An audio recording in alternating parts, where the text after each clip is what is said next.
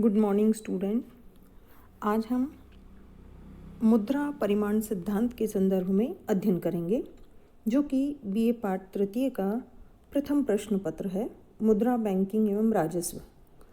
मुद्रा परिमाण सिद्धांत की व्याख्या क्लासिकल अर्थशास्त्रियों ने कीमत स्तर के परिवर्तनों के लिए मुद्रा की मात्रा के परिवर्तनों को कारण माना था। सबसे पहले डेविड ह्यूम का नाम इसमें उल्लेखनीय है, जिन्होंने 1752 में इसकी व्याख्या की, किंतु 1911 में इरविंग फिशर की पुस्तक the purchasing power of money के माध्यम से मुद्रा परिमाण सिद्धांत का वैज्ञानिक स्वरूप प्रतिपादित हुआ। इसे नकद आदान प्रदान दृष्टिकोण भी कहा गया है, क्योंकि सौदों का दृष्टिकोण मुख्यतया इरविंग फिशर के नाम से जुड़ा हुआ है। इस मुद्रा परिमाण सिद्धांत के अंतर्गत फिशर ने इस सिद्धांत को एक वैज्ञानिक और व्यवहारिक रूप प्रदान किया। उनके अनुसार मुद्रा की क्रय शक्ति खरीदी जाने वाली वस्तुओं की मात्रा के सापेक्ष में मुद्रा की मात्रा पर निर्भर करती है। इस प्रकार यदि मुद्रा की मात्रा और उससे विनिमय की जाने वाली वस्तुओं की अपेक्षा यदि अधिक है तो सामान्य कीमत स्तर ऊंचा माना जाएगा और मुद्रा का मूल्य नीचा माना जाएगा।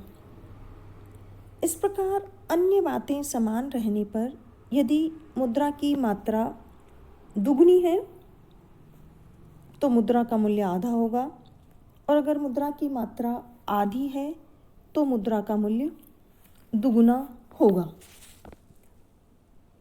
इस प्रकार प्रतिष्ठित क्लासिकल अर्थशास्त्रियों ने सामान्य कीमत स्तर के परिवर्तन का कारण मुद्रा की मात्रा के परिवर्तन को माना था। इस बात से निष्कर्ष निकलता है कि यदि मुद्रा की मात्रा दुगुनी कर दी जाए तो कीमत स्तर दुगुना और मुद्रा का मूल्य आधा होगा, और यदि मुद्रा की मात्रा आधी कर दी जाए तो कीमत स्तर आधा एवं मुद्रा का मूल्य दुगुना हो जाएगा। इससे ही निष्कर्ष निकलता है कि मुद्रा की मात्रा और कीमत स्तर में प्रत्यक्ष एवं आनुपातिक संबंध होता है, और मुद्रा की मात्रा एवं मुद्रा के मूल्य में विपरीत एवं आनुपातिक संबंध होता है, जो कुछ विभिन्न मान्यताओं पर आधारित है। उनके समीकरण में उन्होंने ये बताया कि PT = MV, बाद में उसका एक संशोधित रूप दिया, PT = MV + M'(V') या P = MV + M'(V')/T। यहाँ ये माना गया कि PT का मतलब है जो मुद्रा की मांग है वो वस्तुओं एवं सेवाओं को खरीदने के लिए की जाती है, और जो मुद्रा की पूर्ति है वो अर्थव्यवस्था में चलन मुद्रा एवं साख मुद्रा पर निर्भर करती है। फिशर ने अपने समीकरण में मुद्रा के परिमाण में उन्होंने साख मुद्रा एवं साख मुद्रा की चलन गति इन दोनों को भी शामिल किया, किंतु ये सिद्धांत यह जो निष्कर्ष है कि मुद्रा की पूर्ति कीमत स्तर को प्रत्यक्ष और आनुपातिक रूप से प्रभावित करती है, ये कुछ मान्यताओं पर आधारित है।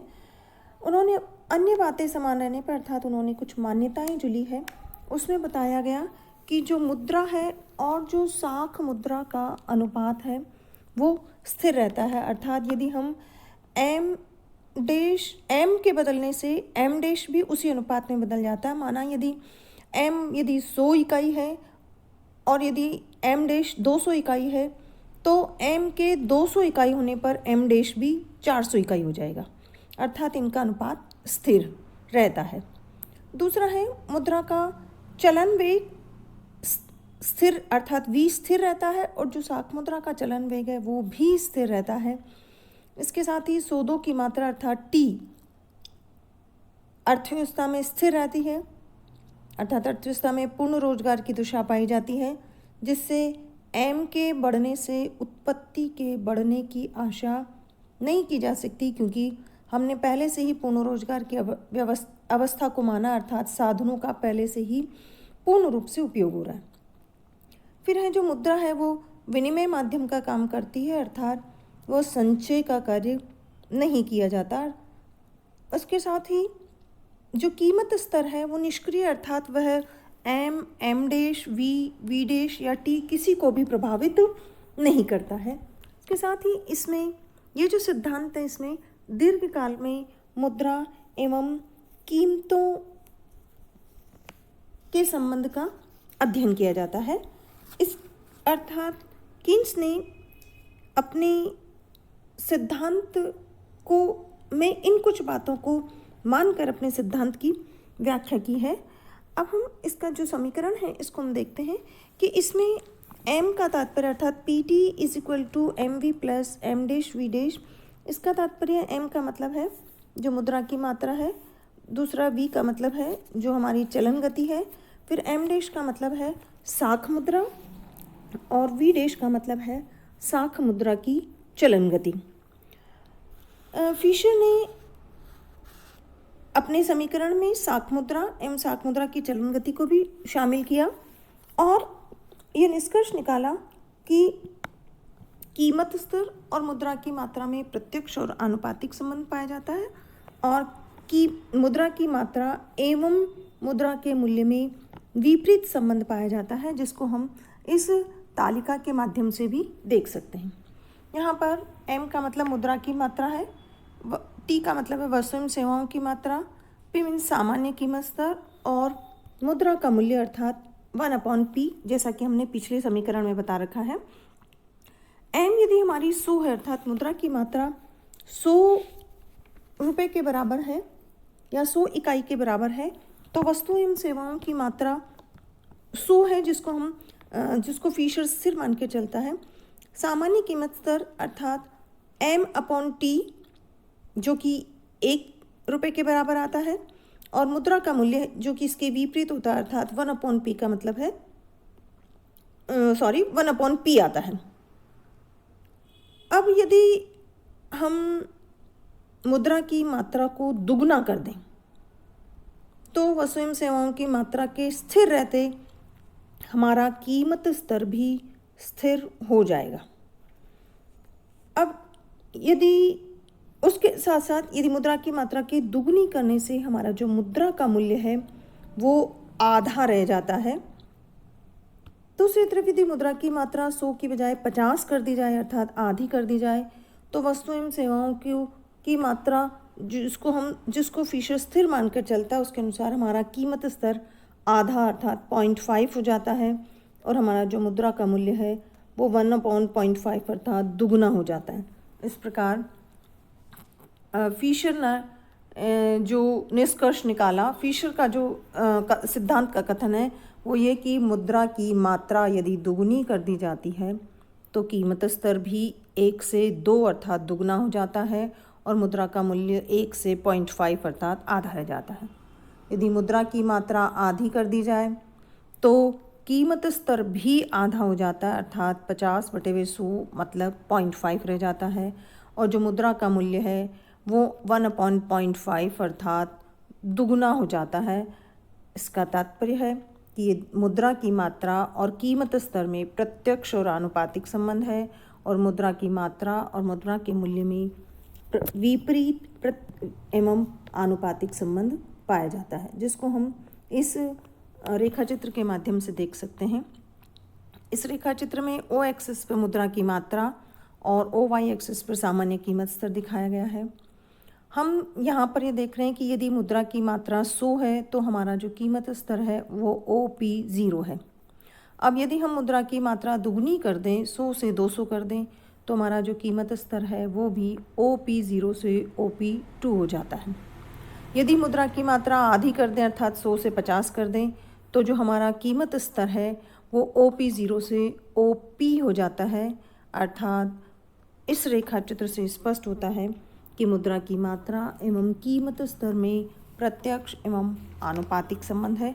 और जो दूसरा कथन था कि मुद्रा की मात्रा और मुद्रा के मूल्य में विपरीत एवं आनुपातिक संबंध होता है, अर्थात जैसा कि हम इसको रेखा चित्र के माध्यम से देख सकते हैं कि यदि हमारी मुद्रा की मात्रा OM है तो हमारा जो कीमत मुद्रा का जो मूल्य है वो 1/P है।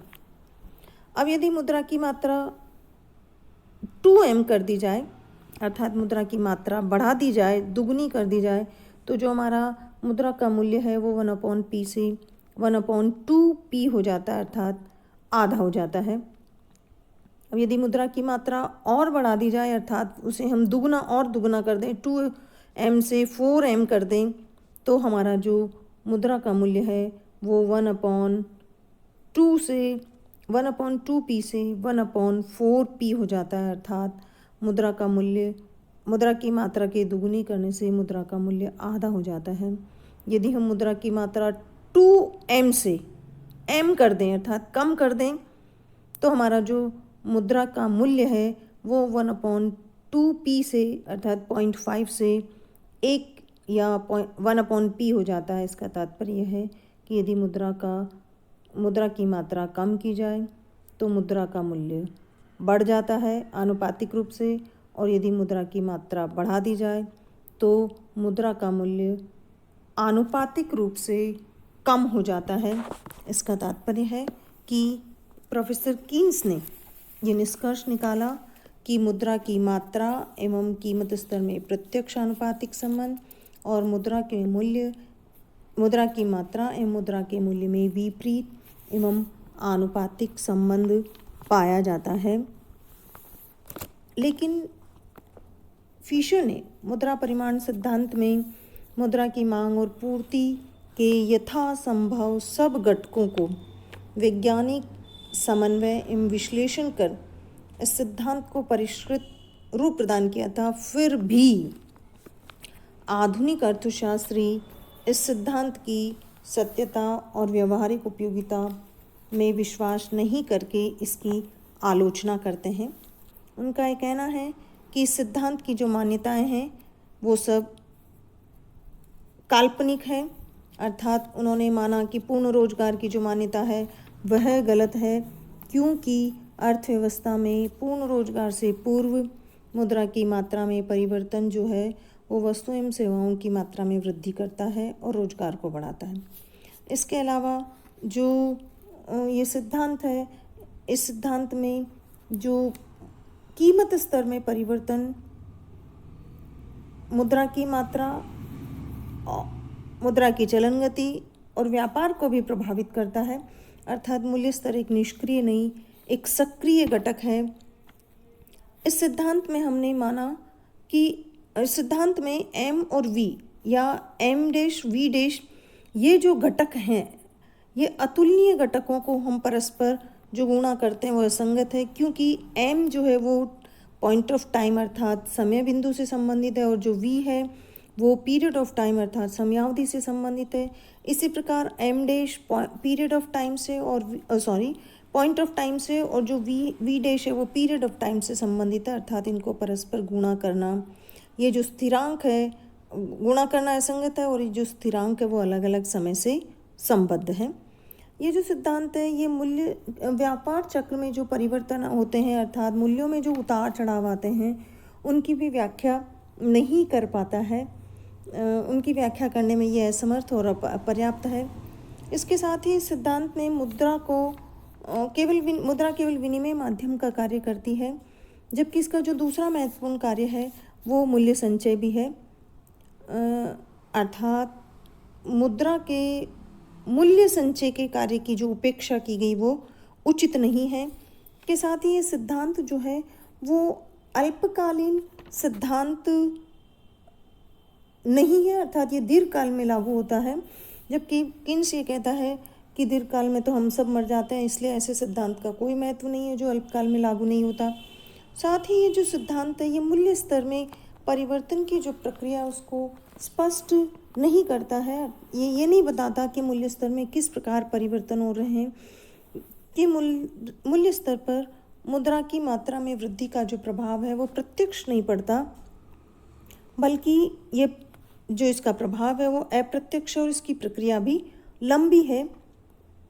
इसलिए ये जो सिद्धांत है ये इस प्रक्रिया को स्पष्ट नहीं कर पाता है।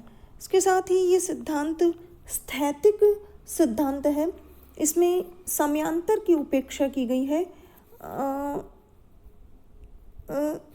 स्थैतिक का तात्पर्य है कि जो वर्तमान में हमारा जो वास्तविक जगत, आर्थिक जगत है वो परिवर्तनशील, प्रावेगिक है, गतिशील है। एक परिवर्तन जो है वो कई नए परिवर्तनों को जन्म देता है। अतः मुद्रा परिमाण सिद्धांत व्यवहारिकता से दूर और काल्पनिक है।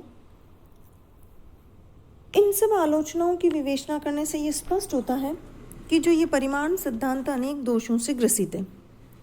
कीन्स ने इस सिद्धांत को न केवल दोषपूर्ण और काल्पनिक बताया बल्कि इसको अपूर्ण भी बताया। फिर भी ये सिद्धांत पूर्णतया बेकार नहीं कहा जा सकता और यह एक सामान्य प्रवृत्ति का द्योतक है। अतः आज भी मुद्रा परिमाण सिद्धांत सामान्य मूल्य स्तर को निर्धारित करने वाले घटकों की एक उत्तम समीक्षा है और आने वाले जो अर्थशास्त्र, आने वाला जो हमारे जितने भी परिवर्तनों हैं वो इसी को आधार मानकर किए गए। धन्यवाद।